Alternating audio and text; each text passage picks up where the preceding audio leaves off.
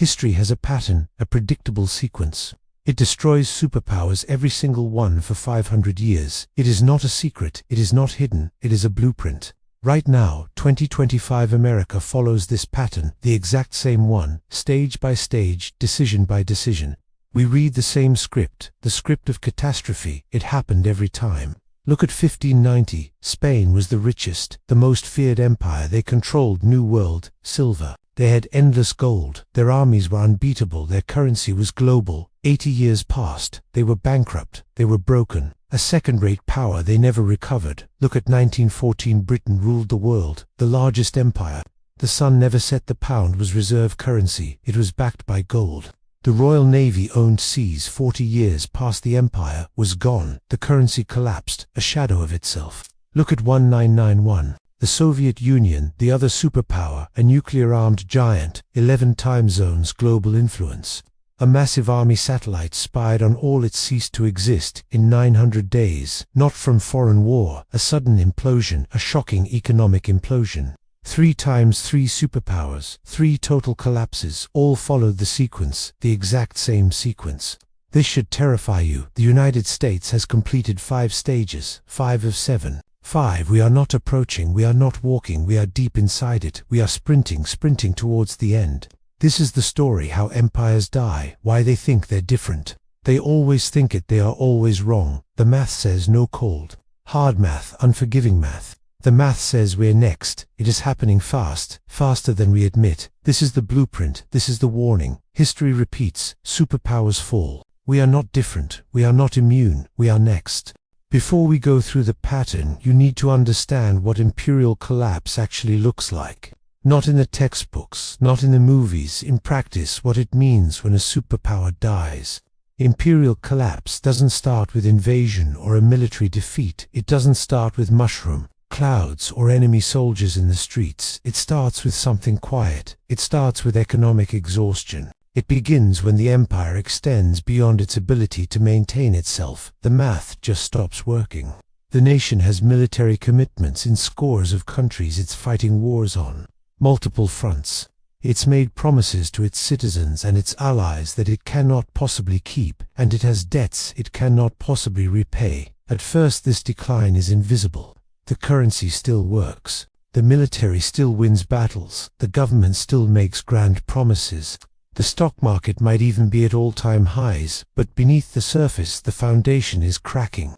The nation's resources are being misapplied. Trillions are spent on foreign adventures and financial games, while the homeland's infrastructure crumbles. The productive capacity, the ability to make things, shrinks. The best and brightest, seeing the writing on the wall, stop innovating and start finding ways to get their money out, or they simply check out of the system altogether. Then comes the acceleration. Allies who once depended on you for protection start hedging. They make quiet deals with your rivals.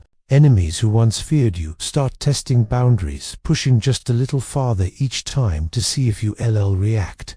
Trade partners who once had to use your currency start seeking alternatives, and suddenly, all at once, the advantages that made you powerful become your most profound vulnerabilities.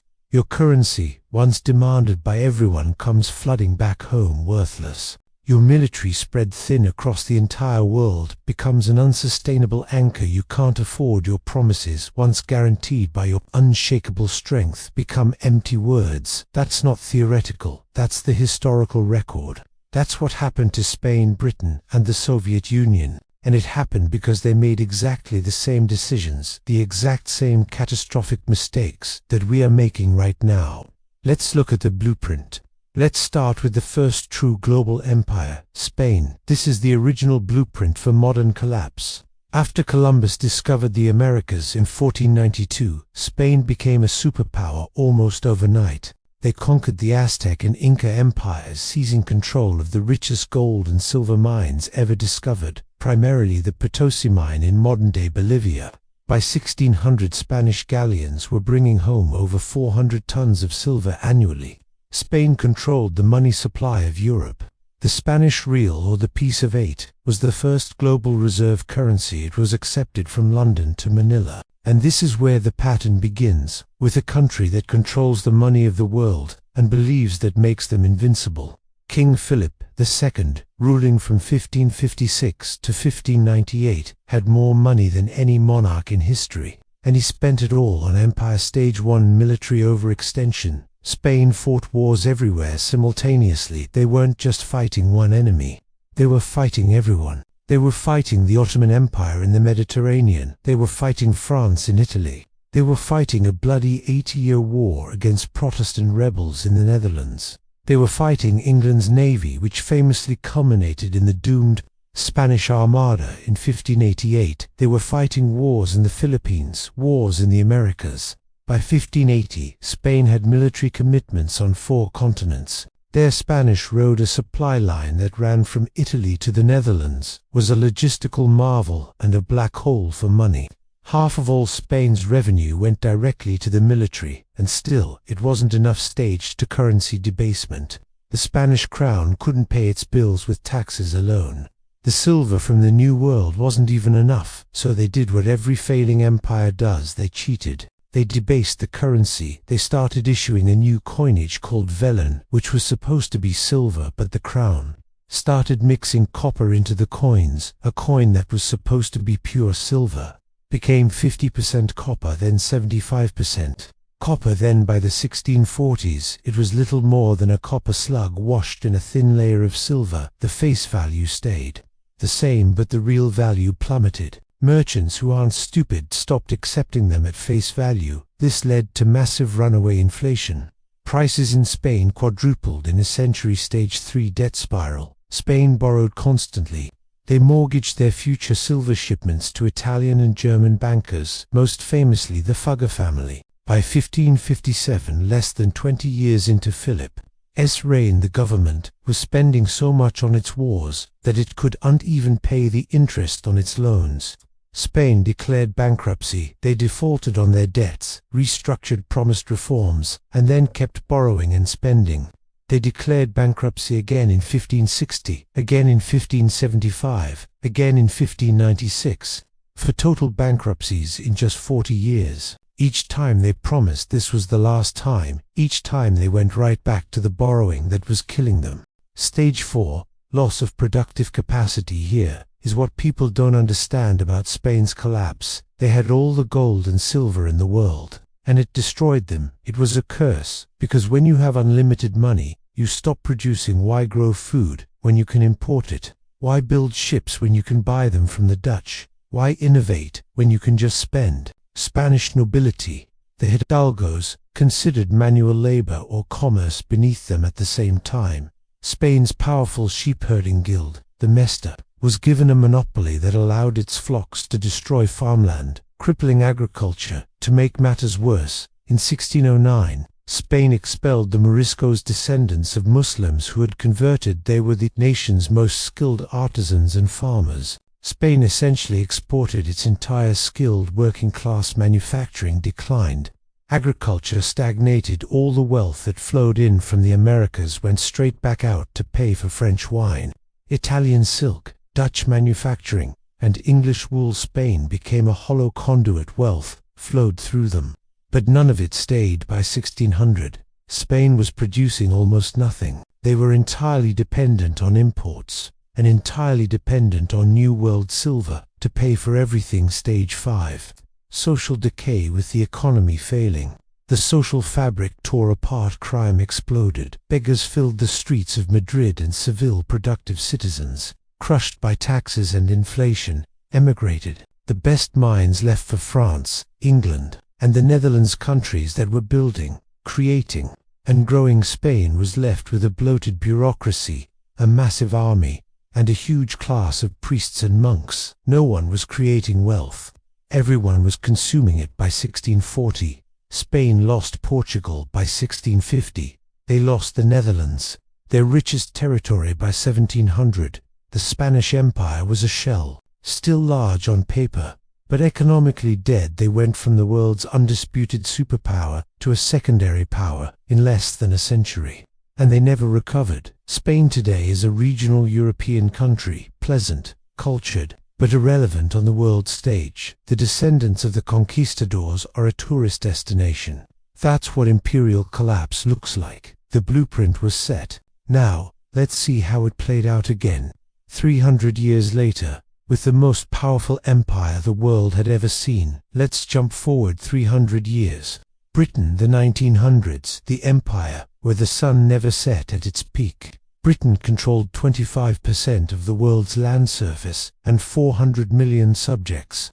The pound sterling was the global reserve currency. Every major trade contract was denominated in pounds. Every central bank held British bonds. London was the undisputed financial center of the world.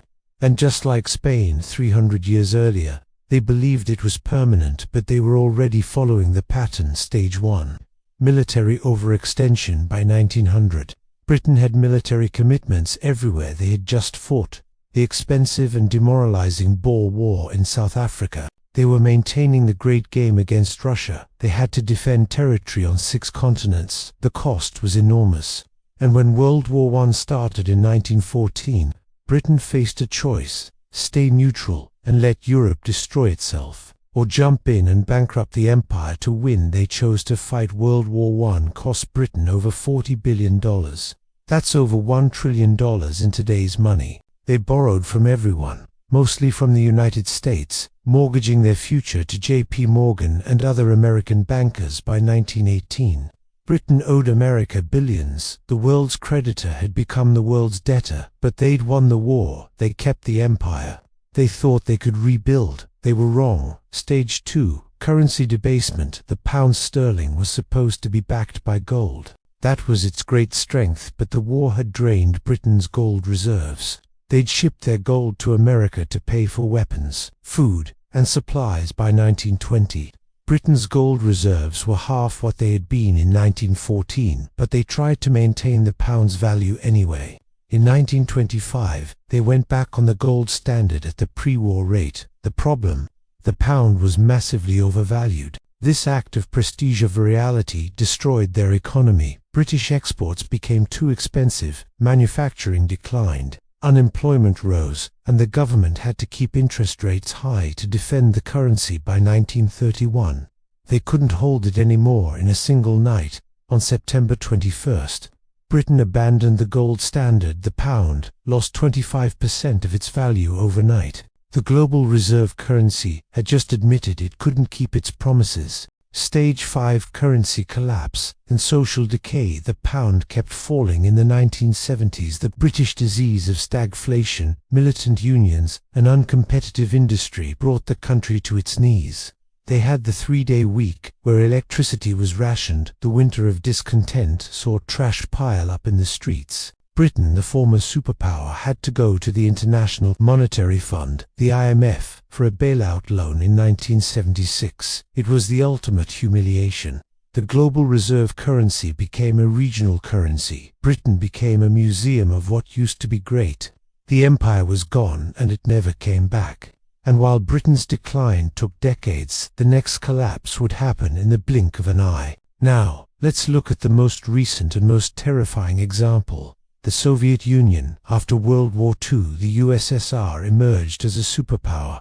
Nuclear weapons, a massive military control over all of Eastern Europe, satellites in space, the first man in space. They truly believed they were the future. Communism would bury capitalism. For 45 years they competed with America. They matched us militarily, built more tanks, more missiles, more troops, but beneath the surface the entire system was rotting. Stage 1. Military overextension. The Soviet Union spent 15 to 20% of its GDP on the military.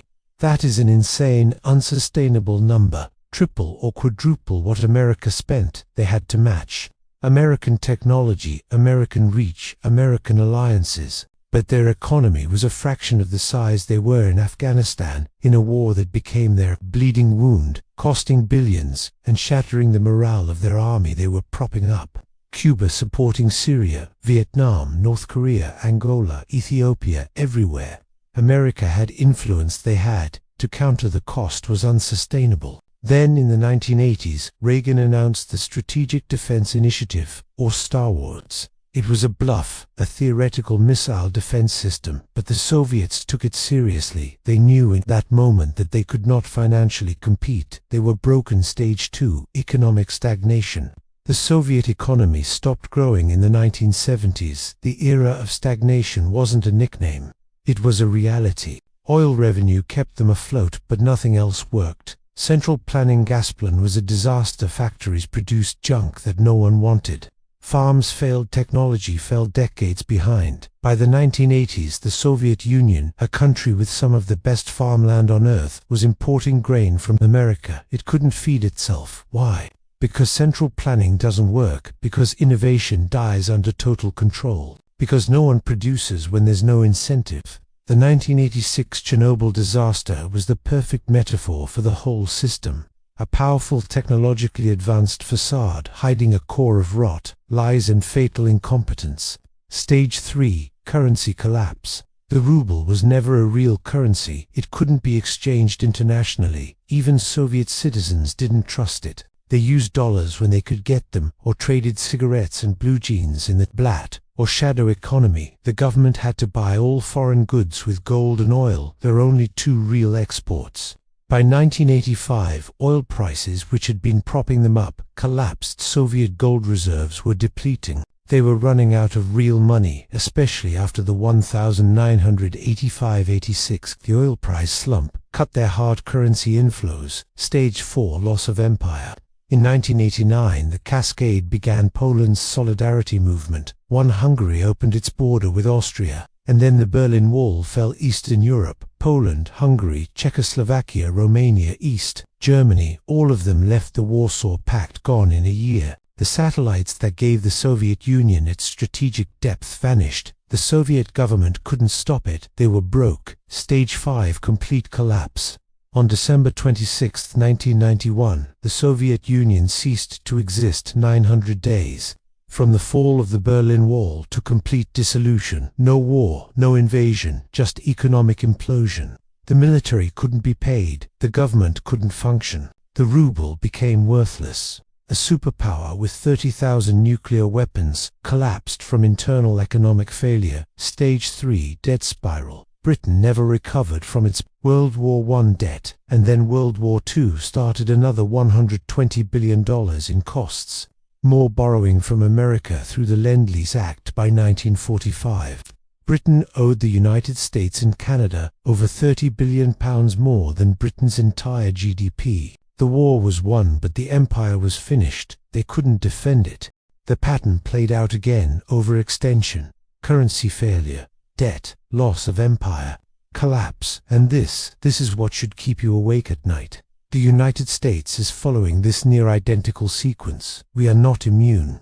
The laws of economics are like the laws of physics. They don't care about your flag, your history, or your feelings. Let's run the checklist for 2025. Stage 1, military overextension. The United States has over 750 sites in approximately 80 countries. We're committed to defending. Europe through NATO, we're committed to defending Japan, South Korea, the Philippines, and Taiwan. We're fighting in the Middle East. We're countering China in the Pacific and Russia in Europe. Our military budget is $850 billion annually, more than the next 10 countries combined, and it's not enough. We're stretched thin. Equipment is aging, recruitment is at historic lows, and we have commitments we simply cannot fulfill. If China invades Taiwan, and Russia pushes into NATO territory, and Iran closes the Persian Gulf, we cannot respond to all of it simultaneously. We are overextended, just like Spain, Britain, and the USSR. Stage 1, marked Stage 2, currency debasement. In 1971, Nixon closed the gold window. The dollar became a pure fiat currency. Since 2020, we have seen unprecedented digital issuance, expanding the money supply by over $6 trillion. The result? A $1,971 buys approximately 13 to 15. Today we're not mixing copper into silver coins. We're just creating unlimited digital paper. The mechanism is different. The result is identical. It is debasement on a scale Philip II could have only dreamed of. Stage 2, confirmed. Stage 3, debt spiral. The United States owes $36 trillion. That's 120% of our entire GDP, and it's accelerating. Interest payments on that debt alone are approaching $1 trillion per year. according to CBO projections. Think about that. We are spending more on interest, just the interest, than on our entire defense budget. We run massive deficits every single year, $18 trillion in 2024, and we're not in a recession.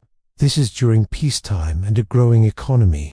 We are borrowing new money just to pay the interest on our previous borrowing. That is the literal, textbook definition of a debt service spiral. Stage 3, complete stage 4. Loss of productive capacity. America doesn't make things anymore. We design, we finance, we consume, but we don't produce. Our manufacturing base, the arsenal of democracy that won World War II, has been gutted. It was shipped to China, Mexico, Vietnam. We import $800 billion more than we export annually. We are completely dependent on foreign supply chains for everything. Our medicine. The active ingredients come from China, our electronics. The semiconductors come from Taiwan. Our steel, our clothing, even our military components, just like Spain. We're dependent on imports. Stage 4. Marked, yes.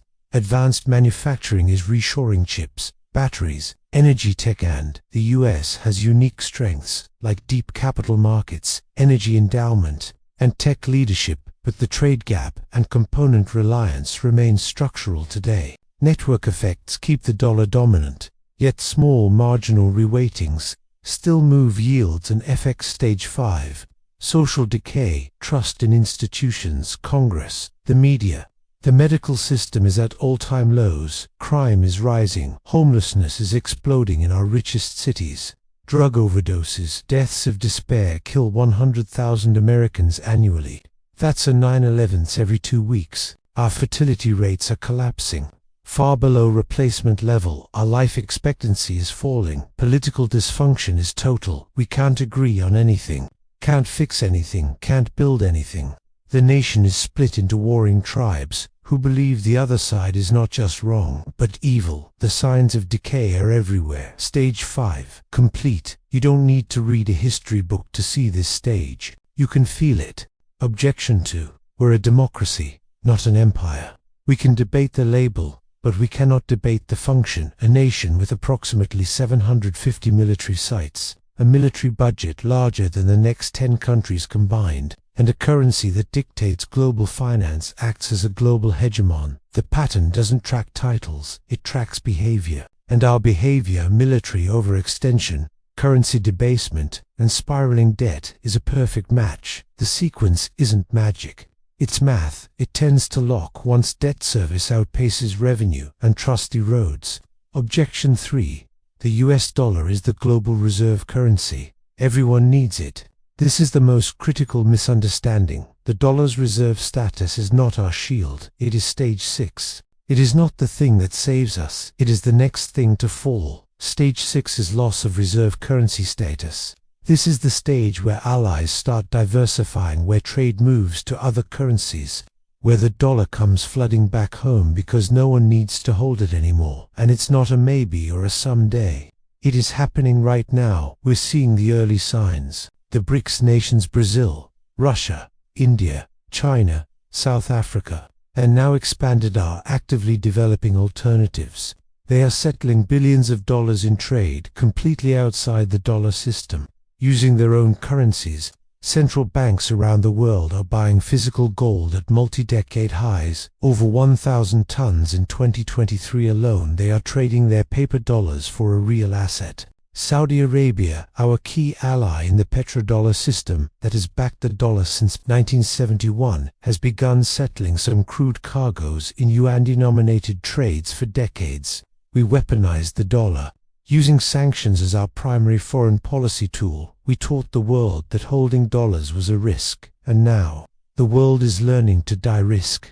These aren't pilots. These are the first tremors of a massive tectonic shift. Stage 7 is collapse, not a slow, gradual decline, a sudden implosion when confidence breaks. It breaks all at once. The Soviet Union went from superpower to non-existent in 900 days.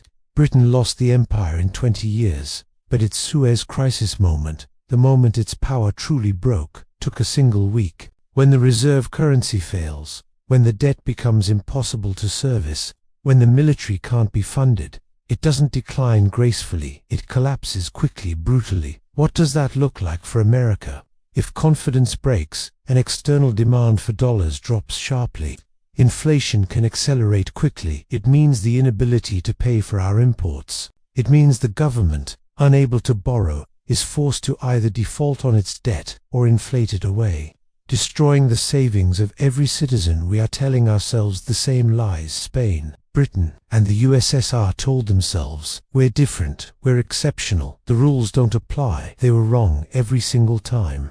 We're not walking the path anymore, we're sprinting down it. The only question is timing. Maybe we have 10 years, maybe 5, maybe, like the Soviet Union. The end is coming faster than anyone can imagine. 5 checks, 5 stages, complete 5 terminal symptoms. The Soviet Union made it to stage 5 before complete collapse. So did Britain. Spain lasted longer.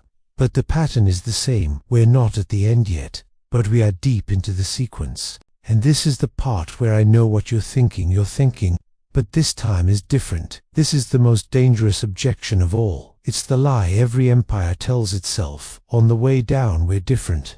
They say we have technology, we have AI, we have the dollar. We're America. Let's dismantle that objection. 1. We have technology. AI will save us. So did every other empire. Rome had aqueducts, concrete, and roads that we still marvel at. Britain had the steam engine, the telegraph, and the ironclad warship. Technology accelerates everything. It accelerates growth, but it also accelerates collapse. It makes systems more complex, more interconnected, and more brittle. AI can't solve a debt crisis. It can't fix a demographic collapse. It can't print physical goods when the supply chain breaks. Technology is an accelerator, not a savior.